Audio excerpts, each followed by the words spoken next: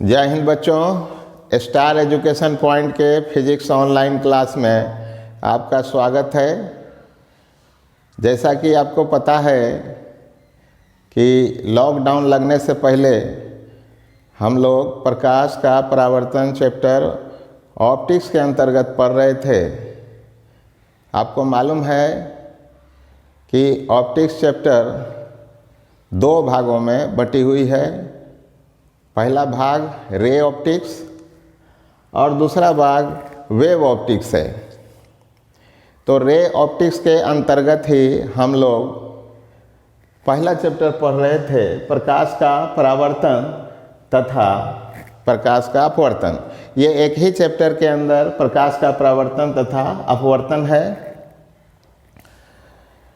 तो परावर्तन में हम लोगों ने समतल दर्पण से प्रकाश का परावर्तन और उसके सारे गुणों के बारे में हम लोगों ने पढ़ लिया था। इसके बाद हम लोग गोलीय दर्पण के लिए सूत्र स्थापित किया था, जिसमें कि अवतल गोलीय दर्पण और उत्तल गोलीय दर्पण के लिए सूत्र स्थापित किया था, जिसमें F बराबर R/2 और जो दर्पण का सूत्र होता है 1/v + 1/u बराबर 1/f। इसको हम लोगों ने दो विधियों से सूत्र को स्थापित किया था। लेकिन बच्चों, ऐसा है कि कुछ बच्चे कह रहे थे कि हमें ठीक से समझ में नहीं आई, या क्लास में जो 1 घंटा पढ़ाई हुई उसमें हम भूल जाते हैं। कुछ बच्चे बाद में भी ज्वाइन किए, तो इसलिए हम सोच रहे हैं कि प्रकाश के परावर्तन चैप्टर के अंदर जो प्रमुख बिंदु है, जो प्रमुख क्वेश्चन है, उसको एक बार दोहरा दिया जाए, ताकि बाद में शामिल होने वाले बच्चे भी अच्छी तरह समझ पाएँ। तो शुरुआत करते हैं हम लोग सबसे पहले प्रकाश का परावर्तन। बच्चों, आपको मालूम है कि प्रकाश के परावर्तन में परावर्तन 2 प्रकार का होता है। एक नियमित परावर्तन और दूसरा अनियमित परावर्तन।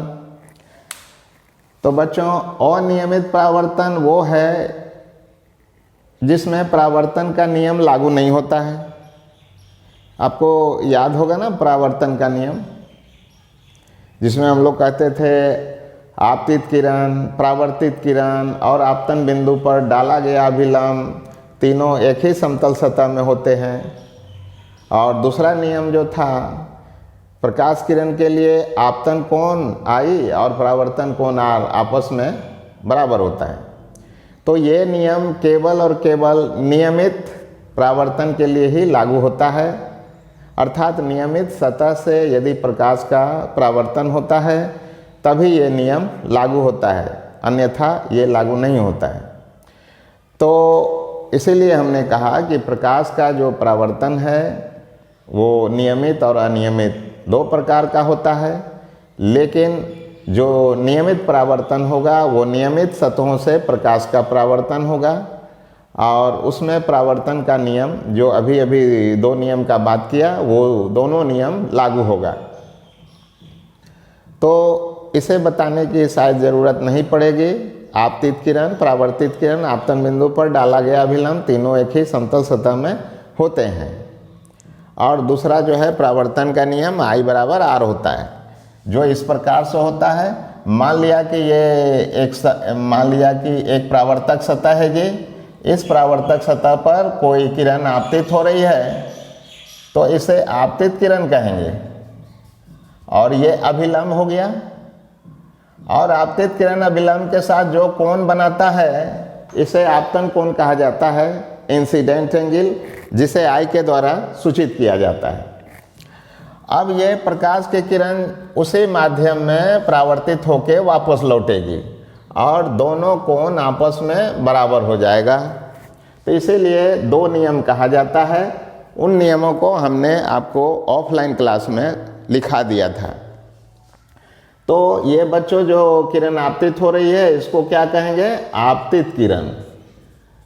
ये आपतित किरण हो गया, ये परावर्तित किरण हो गया, और ये अभिलंब हो गया जिसे नॉर्मल कहेंगे,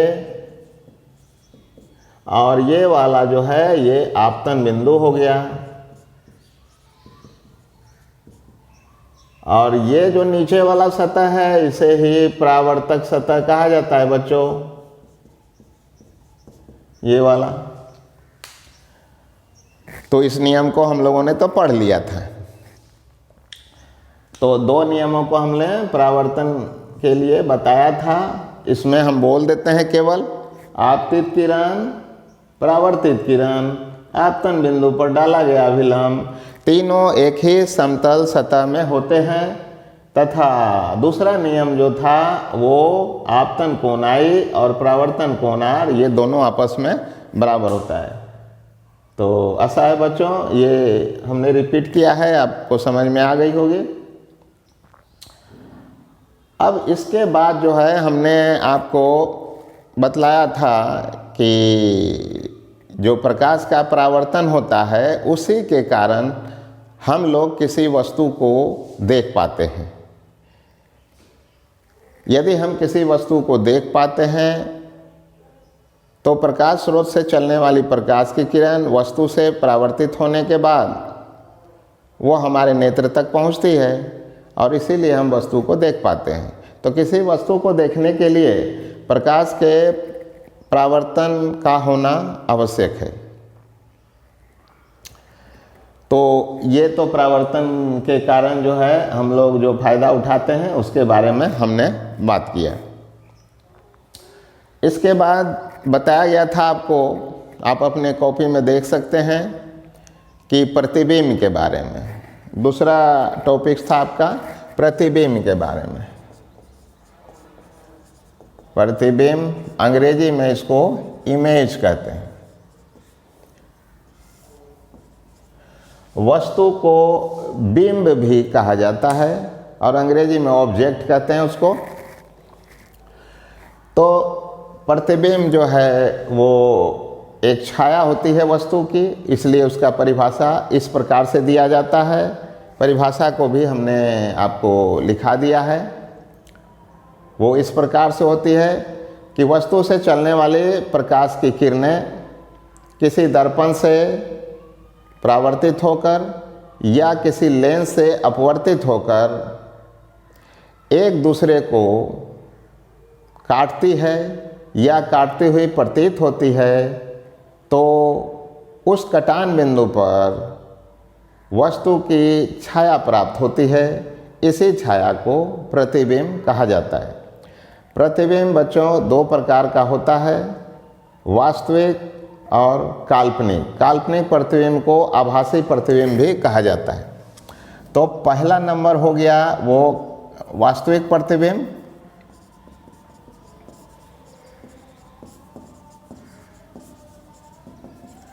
और दूसरा नंबर हो गया काल्पनिक या आभासी प्रतिबिंब।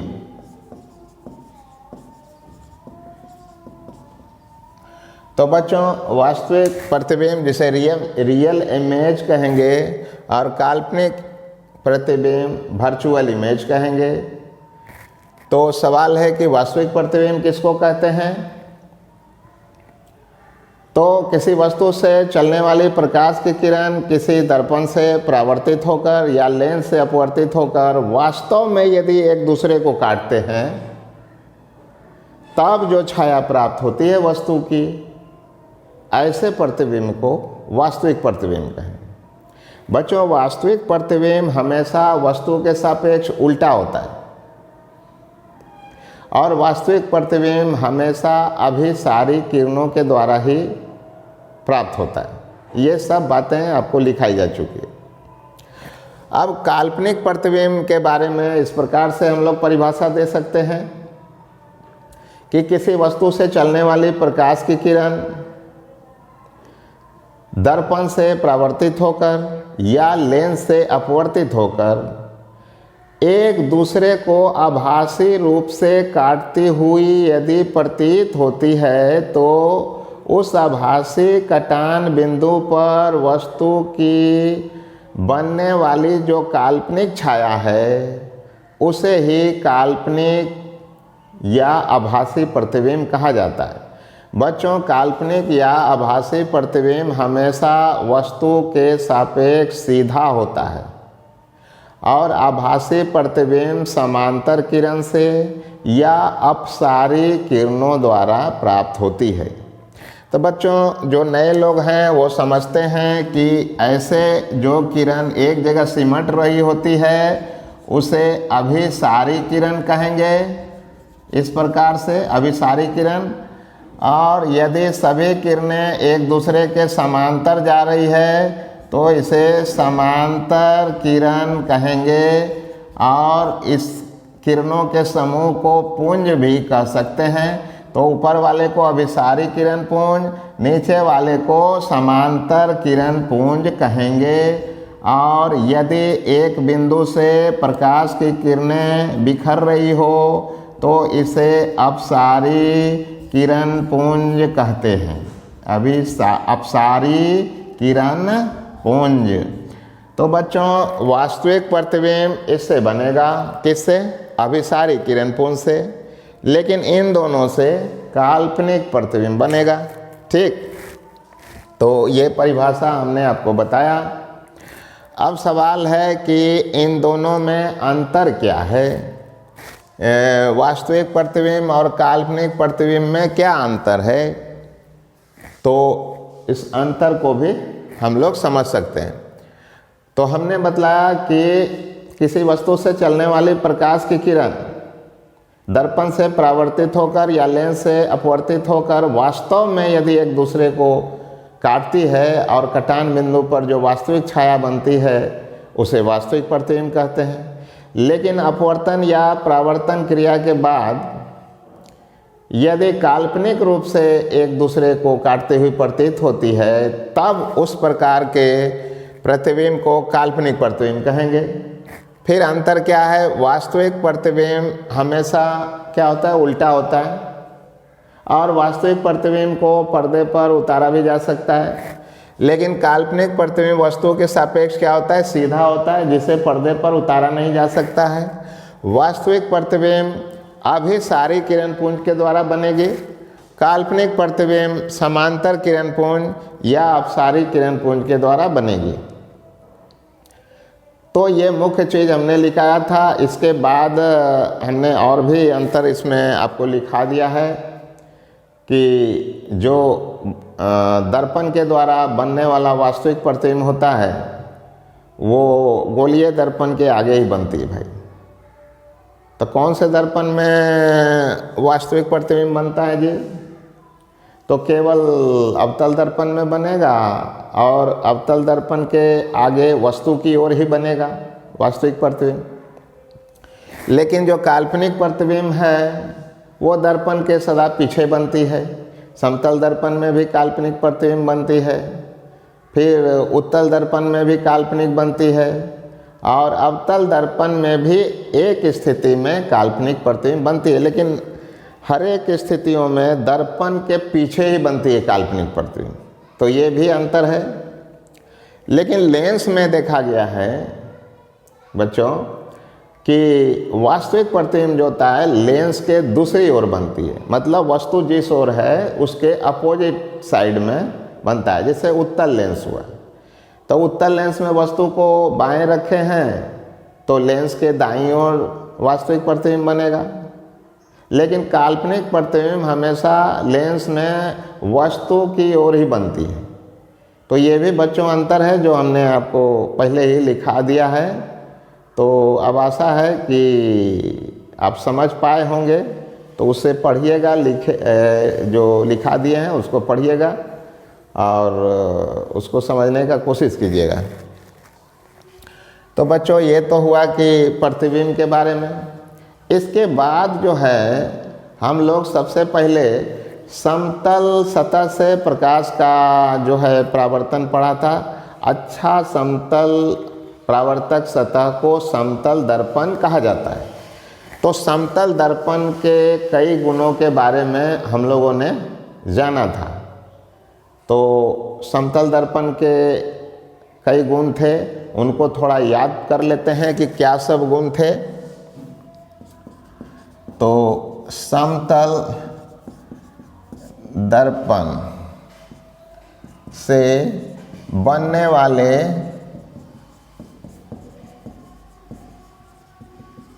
प्रतिबिंबों के गुण,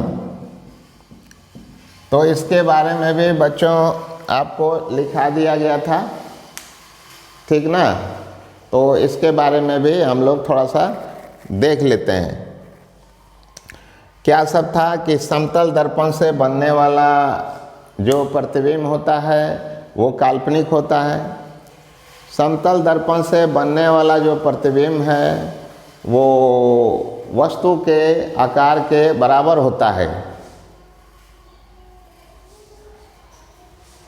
ठीक ना। और समतल दर्पण का इसीलिए जो आवर्धन है वो आवर्धन m बराबर +1 होती है, क्योंकि वस्तु और प्रतिबिंब दोनों का जो आकार है, ऊंचाई है, वो आपस में बराबर होता है, ठीक है बच्चों। फिर समतल दर्पण के सामने यदि कोई वस्तु रखा गया है तो दर्पण से जितनी दूरी पर वस्तु रहती है, दर्पण के पीछे उतना ही दूरी पर प्रतिबिंब भी बनता है। तो दोनों तरफ का दूरी क्या होता है, ये बराबर बराबर होती है। इसके अलावा समतल दर्पण में यदि कोई मनुष्य अपना पूरा प्रतिबिंब देखना चाहता है तो पूरे दर्पण का जो आकार होगा वो पूरे मनुष्य के आकार का कम से कम आधा होगा, ठीक। स्थिर प्रकाश स्रोत के सामने यदि दर्पण को थीटा कोण से घुमा देते हैं तो प्रतिबिंब 2 थीटा कोण से घूम जाती है, ऐसा होता है। इसके अलावा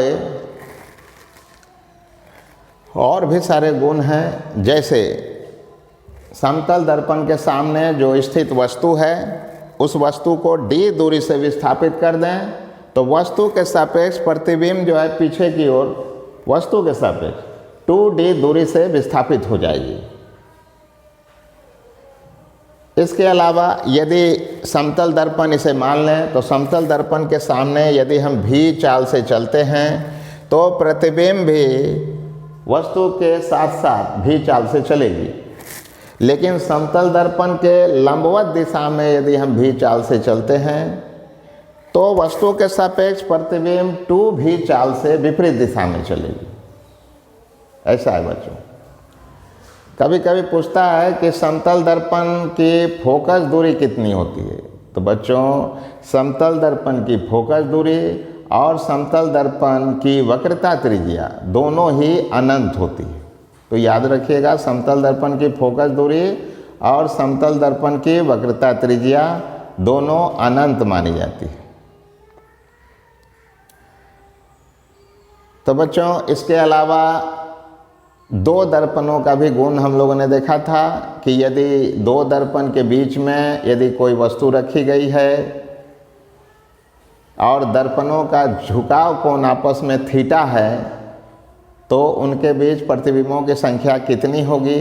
तो उसके लिए हम लोगों ने देखा था कि यदि 2 दर्पणों के बीच का झुकाव कोण थीटा बराबर, यदि जो थीटा रखें हम लोग उस थीटा को 360/थीटा में रख देने पर यदि सम संख्या आता है बच्चों, क्या आता है, सम संख्या, तो प्राप्त जो प्रतिबिंबों की कुल संख्या, प्राप्त प्रतिबिंबों की जो कुल संख्या होगी बच्चों वो n बराबर वो 360 बाय थीटा का जो मान आया था उसमें क्या करना है, एक को घटा लेना है।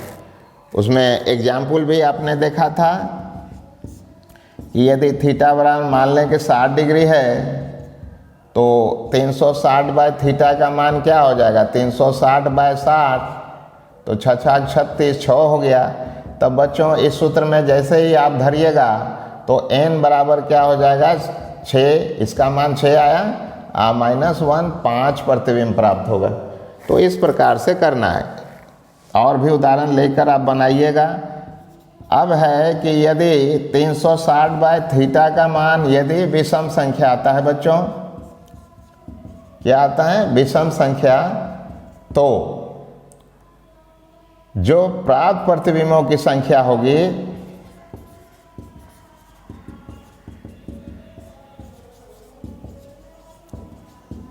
प्राप्त प्रतिबिंबों की संख्या जो होगी n बराबर 360 बाय थीटा से ही मिलेगा, इसी से मिलेगा, इसमें एक घटाने की ज़रूरत नहीं पड़ेगी। तो यहाँ पर जैसे कुछ उदाहरण ले सकते हैं कि थीटा बराबर मान लेते हैं कि 40 डिग्री लिया है, तो 360 बाय थीटा का मतलब है कि 360 बाय 40 डिग्री, तो यहाँ पर 9 आएगा बच्चों, 9 चौको 36। तो आप देख रहे हैं कि ये विषम संख्या आ रही है, ठीक ना, तो इसलिए प्राप्त प्रतिबिंबों की कुल संख्या आपको 9 आ जाएगी, ये वाला आ जाएगा 9, ठीक ना। इसी प्रकार का कई उदाहरण आपने ऑफलाइन क्लास में भी लिया था, तो इस प्रकार से होता है बच्चों। इसके अलावा हम लोगों ने देखा था कि यदि मान लेते हैं कि 360 बाय थीटा का मान फ्रैक्शन में आता है, माने दशमलव में आता है, तो हमने आपको बतलाया था कि दशमलव के बाद वाली संख्या को छोड़ के जो पूर्ण संख्या है उसको जो है वो ले लेना है, वही पूर्ण संख्या से ही आपको प्रतिबिंबों की कुल संख्या प्राप्त हो जाएगी। तो ये आपको बता दिया गया है।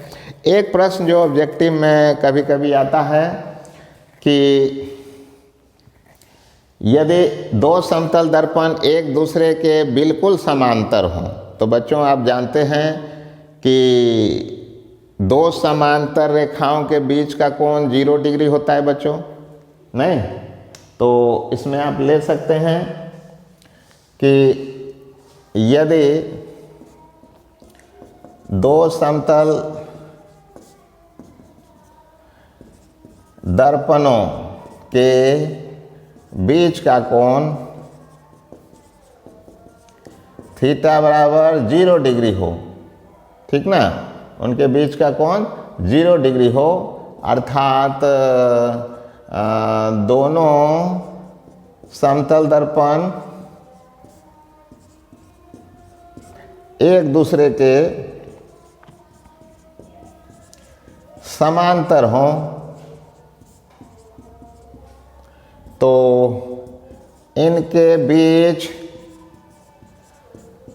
रखी गई वस्तु का कुल प्रतिबिंब n बराबर 360 बाय थीटा का मतलब है 360 बटे थीटा माने 0 हो जाएगा। तो बच्चों कितना हो जाएगा, प्रतिबिंब की संख्या अनंत हो जाएगी। तो अतः दो समांतर समतल दर्पण के बीच में यदि वस्तु स्थित है तो अनंत प्रतिबिंब बनेगा, ऐसा है बच्चों। तो आशा है समतल दर्पण से संबंधित जो बातें हमने ऑफलाइन में बताई थी वो आप समझ पाए होंगे, फिर से रिपीट हो गया होगा। समतल दर्पण के बाद हम लोग गोलीय दर्पण के बारे में पढ़े थे, जिसमें नियमित जो गोलीय दर्पण है, जैसे अवतल गोलीय दर्पण और उत्तल गोलीय दर्पण, इसमें परावर्तन का नियम लागू होता है। इसमें वस्तु और प्रतिबिंब की विभिन्न स्थितियों को हम लोगों ने देखा था। कुछ बच्चों ने कहा कि हमें किरण आरेख भी नहीं आ रहा है खींचने के लिए, क्योंकि पिछले साल भी मैट्रिक में लॉकडाउन था, उस समय भी हम लोग नहीं पढ़ पाए थे। तो बच्चों, जो अगला वीडियो होगा, जो आपके पास जाएगा, उसमें हम गोलीय दर्पण के बारे में बात करेंगे और उसमें हम किरण आरेख के बारे में पढ़ पाएंगे। तो आशा है बच्चों, आज के वीडियो की सहायता से आपको जो ऑफलाइन में पढ़ाई गई थी बातें, वो समझ में आ गई होगी। तो मिलते हैं फिर अगले क्लास में। धन्यवाद।